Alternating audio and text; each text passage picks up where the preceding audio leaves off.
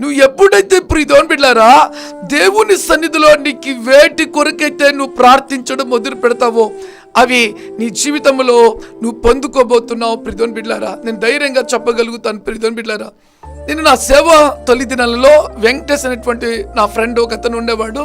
అతనితో పాటు రాము అనేటువంటి వ్యక్తి కూడా ఒక వ్యక్తి ఉండేటువంటి వాడు. ఆ వ్యక్తులతో పాటు ఇంకొక వ్యక్తి కూడా ఉండేవాడు. ఆ వ్యక్తి పేరు కింగ్సన్ ఓబ్లెస్.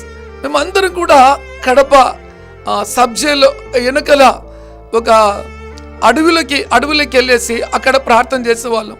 అలా ప్రార్థన చేస్తూ మేము ఎవరికి స్వార్థ చెప్పాలి ప్రభా అని అలా దేవుడి వైపు చూస్తూ ఆ పాటలు పాడుతూ ప్రార్థన చేసేటువంటి వారు అండి. అప్పటికి మా జీవితాల్లో ఏమీ కూడా లేవు.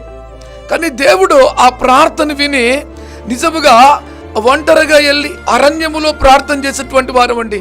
అయితే దేవుడు అక్కడి నుంచి చేసిన ప్రార్థన విని ఈరోజు అనేకుల మందికి మమ్మల్ని తీసుకొచ్చాడంటే అది కేవలం దేవుడి కృపే, దేవుడి కృపే, దేవుడి కృపే, దేవుడి కృపే. ప్రియదేవుని బిడ్డలారా